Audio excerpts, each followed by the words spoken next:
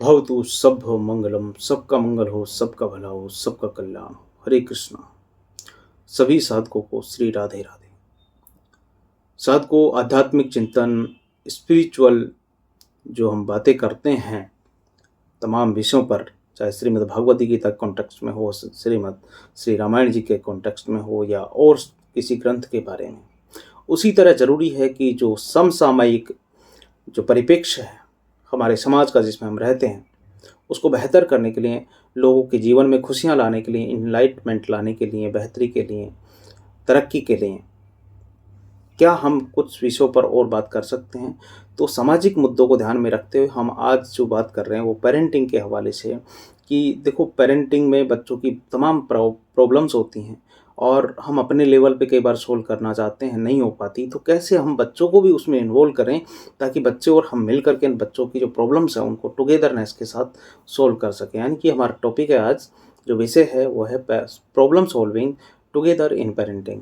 यानी कि हम पेरेंट्स के रूप में किस तरह अपने बच्चों को प्रॉब्लम सोल्व करने की प्रोसेस में इन्वॉल्व कर सकते हैं।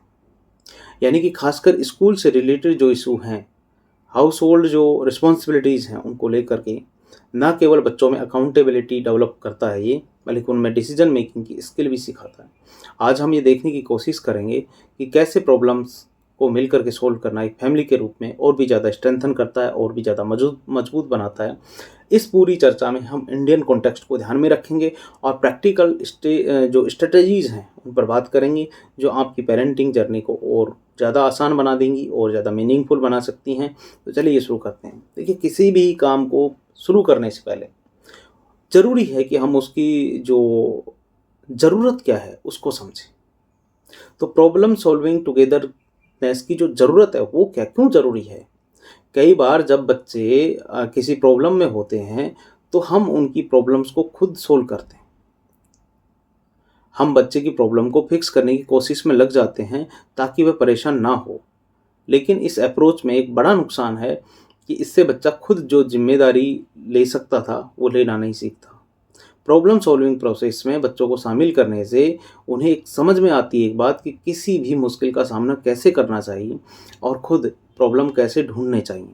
वो प्रॉब्लम नहीं, सॉल्यूशन, प्रॉब्लम्स के सॉल्यूशन कैसे ढूंढने चाहिए।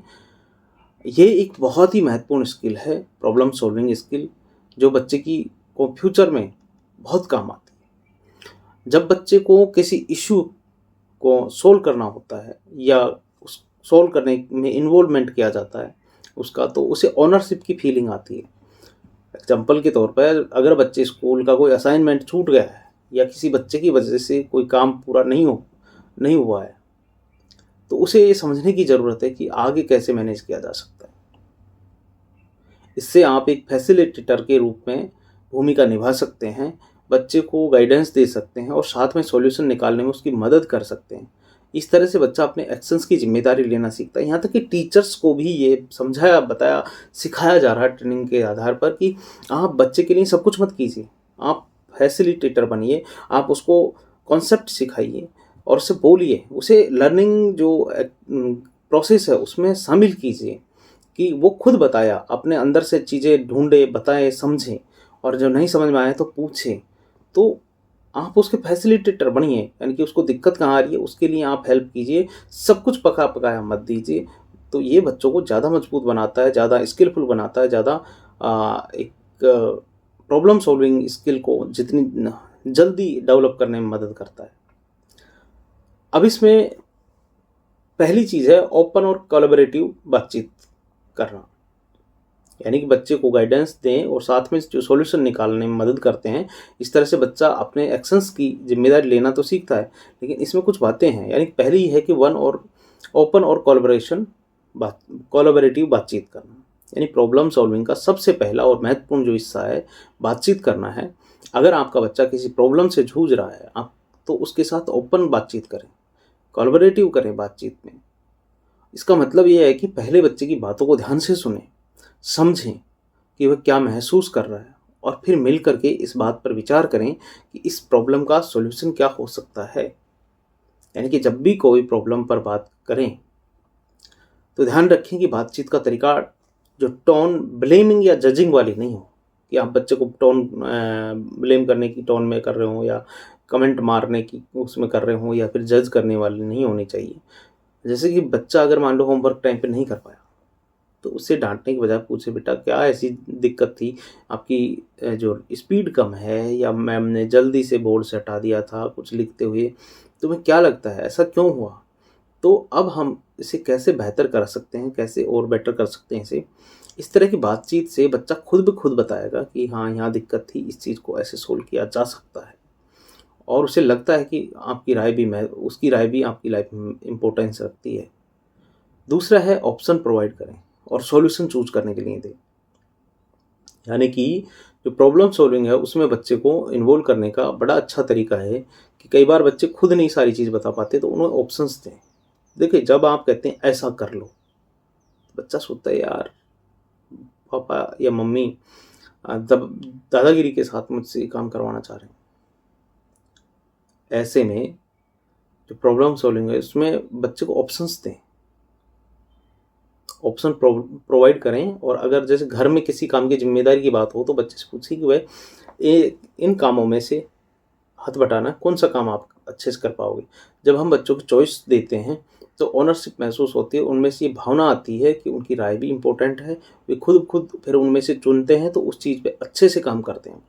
यानी स्कूल से रिलेटेड जो इश्यूज़ हैं उनमें भी एक यही अप्रोच अपनाया जा सकता है। अगर बच्चे को कोई सब्जेक्ट मुश्किल लग रहा है तो उसे बातचीत करें, ऑप्शंस डिस्कस करें। और वो एक्स्ट्रा प्रैक्टिस करना चाहता है तो उसे टीचर की हेल्प मांग सकते हैं।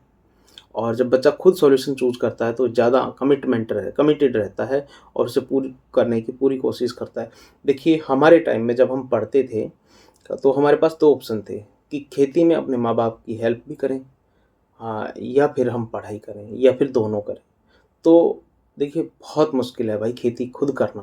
दूसरों से पैसे देके करवाना अलग मैटर करता है, लेकिन खुद अगर उसमें इन्वॉल्व होते हैं, बहुत मेहनत का काम है। तो हमारी कोशिश रहती थी कि हम पढ़ लें। तो आज के बच्चों के सामने ये दिक्कतें नहीं हैं और कहीं-कहीं अगर ऐसी ऑप्शन देते हैं, तो बच्चे अच्छे से पढ़ पाते हैं, चीज़ों को अच्छे से समझ पाते हैं। तो तीसरा है रूट कॉज़ को समझना। यानी कि प्रॉब्लम सॉल्व करने की के लिए जो ज़रूरी है कि पहले से जो रूट कॉज़ है उसको समझा जाए। कई बार बच्चों की समस्याएँ सरफेस पर दिखने जैसी वाली जो चीज़ें हैं उनसे अलग होती हैं। जैसे अगर बच्चा स्कूल जाने से डरता है, कई बार बच्चे करते हैं टेंट्रम, तो हो सकता है कि उसे किसी बच्चे ने बुली किया हो, परेशान किया हो या पीयर प्रेशर का कोई सामना कर रहा हो बच्चा। तो बच्चे से प्यार से पूछें, लेकिन जेंटली और पेशेंसली, यानी धैर्य के साथ और प्यार से, कि तुम्हें क्या लगता है स्कूल में क्या चीज़ है जो तुम्हें अनकंफर्टेबल बनाती है जिसकी वजह से तुम जाना नहीं चाहते? इतना अच्छा तो स्कूल है, फिर भी अगर कुछ दिक्कत है तो बता ना बेटा। तो या क्या कुछ ऐसा हो रहा है जिससे तुम्हें चिंता हो रही है? इस तरह की बातें करें अपने बच्चे से और बीच-बीच में तो पूछते ही रहें। इस तरह की बातें बच्चे को खुद को एक्सप्रेस करने में मदद करती हैं और आप असली प्रॉब्लम्स को समझ सकते हैं। रूट कॉज़ तक समझने के बाद ही हम सही तरीके से उस प्रॉब्लम का समाधान निकाल पाने में सक्षम होते हैं। नंबर 4 है ब्रेनस्टॉर्मिंग से सॉल्यूशन को ढूँढें। यानी ब्रेनस्टॉर्मिंग एक बहुत ही अच्छा तरीका है जिसमें आप अपने बच्चे के साथ मिल कर के बहुत सारे सॉल्यूशंस के बारे में सोच सकते हैं। ब्रेनस्टॉर्मिंग का मकसद होता है कि जितने भी पॉसिबल सॉल्यूशंस हो सकते हैं, उन सबको डिस्कस करें। इस प्रोसेस में कोई भी आइडिया बुरा या गलत नहीं होता, बल्कि सभी आइडिया पर जो विचार किया जाता है। अगर बच्चे की रिस्पॉन्सिबिलिटी है कि उसे अपने कमरे को साफ रखना है, लेकिन वह इस काम को नहीं कर पाता कई बार, तो आप और बच्चा मिल करके ब्रेनस्टॉर्मिंग कर सकते हैं कि क्या हम कुछ रिमाइंडर सेट कर सकते हैं, क्या हम कुछ एक चार्ट बना सकते हैं जिसमें अपनी प्रायोरिटीज़ लिख सकते हैं, जिससे हम अपना दिन का काम लिखें। और इस तरह से बच्चे को और ऑप्शंस दें ताकि वह इस प्रोसेस का हिस्सा बने और उसे भी अपने कामों की ज़िम्मेदारी लेना शुरू करना पड़े। और नेक्स्ट है इम्प्लीमेंट और इवैल्यूएट करें। देखिए, जब आप अपने बच्चे से मिलकर कोई सॉल्यूशन चूज़ करते हैं, तो उसे इम्प्लीमेंट करने की कोशिश करें, लेकिन सिर्फ़ इम्प्लीमेंट करने से बात ख़त्म नहीं हो जाती, बल्कि उसे इवैल्यूएट करें। कुछ दिन बाद बच्चे से पूछें कि सॉल्यूशन हमने जो सोचा था, वह काम कर रहा है या कुछ और करना चाहिए। इससे बच्चा समझता है कि किसी भी सॉल्यूशन को लागू करने के बाद उसे देखना भी ज़रूरी है। कि वह काम कर रहा है या नहीं कर रहा। अगर काम नहीं कर रहा तो कोई बात नहीं, फिर से मिल कर के सॉल्यूशन ढूंढते हैं। इससे बच्चे में फ्लेक्सिबिलिटी आती है और समझता है कि किसी भी प्रॉब्लम को सोल्व करने के लिए कोशिश करते रहना ज़रूरी है। नेक्स्ट है नो ब्लेम गेम। भाई प्रॉब्लम सॉल्विंग में जो ब्लेम गेम का कोई स्थान नहीं होना चाहिए, क्योंकि वो एक ऐसी प्रोसेस है जिसमें हम बच्चे को गलत नहीं ठहरा सकते। जब भी बच्चे को किसी समस्या का सामना करना पड़ता है तो उसे जज करने या ब्लेम करने के बजाय सपोर्ट दें अपने बच्चे को। ब्लेम करने से बच्चा अपनी गलतियों को छुपाना शुरू कर देता है, प्रॉब्लम सॉल्विंग की जगह एक्सक्यूज ढूंढने लगता है। इंस्टीड बच्चे को सिखाएं कि गलतियां होना नॉर्मल है, मिस्टेक्स से हम कुछ चीज़ें सीख सकते हैं। जब बच्चा ये समझता है कि उसे उसकी मिस्टेक्स के कारण जज नहीं किया जा रहा, तो वो ज़्यादा खुल कर के बात करता है, समस्याओं के बारे में बात करता है, सॉल्यूशन ढूंढने पर बातें करता है। नेक्स्ट है कि जो हाउस होल्ड रिस्पॉन्सिबिलिटीज़ हैं उनमें शामिल करें उसे। घर के जो छोटे छोटे काम हैं उनको लेकर भी बच्चों को इन्वॉल्व करना ज़रूरी है। बच्चों को छोटे छोटे काम दें, उन्हें खुद चुनने का मौका दें कि वे कौन सा काम करना चाहते हैं। इससे ना केवल रिस्पॉन्सिबिलिटी की भावना आती है उनके अंदर, बल्कि प्रॉब्लम सॉल्विंग की जो स्किल है वो भी डेवलप होती जाए। और अगर बच्चा जैसे मान लो कि किचन में काम कर रहा है और उसे कुछ काम में मुश्किल आ रही है, तो उसके साथ मिलकर के काम कर लें, सॉल्यूशन ढूंढें। क्या हम इस काम को किसी तरीके से कर सकते हैं और कोई बेटर तरीका है। इस तरह से बच्चों की बातों को करते हुए उनको अपने काम में इन्वॉल्व करें, उन्हें सिखाएं कि किसी भी प्रॉब्लम का सॉल्यूशन टीम वर्क से निकाला जा सकता है। नेक्स्ट है मॉडल द बिहेवियर। यानी पेरेंट्स के रूप में हमारी सबसे बड़ी जो रिस्पॉन्सिबिलिटी है कि हम अपने बच्चों के सामने वो बिहेवियर मॉडल करें जिसे हम उनसे एक्सपेक्ट करते हैं। अगर हम खुद प्रॉब्लम को शांति के साथ और सोच विचार के सोल्व करते हैं तो बच्चा भी वही सीखेगा। अगर घर में किसी बात को लेकर के डिसएग्रीमेंट है तो उसे सोल्व करने के लिए बच्चे को इन्वॉल्व करें ताकि वह देख सके कि किस तरह से प्रॉब्लम्स को सोल्व कर सकते हैं। ये एक बहुत ही पावरफुल तरीका है जिससे बच्चा सीखेगा कि किसी भी समस्या का समाधान कैसे करना है। देखिए जो हमने इसमें सीखा, समझा, देखा, प्रॉब्लम सॉल्विंग एक ऐसी स्किल है जो बच्चों को लाइफ में हर कदम पर काम आएगी।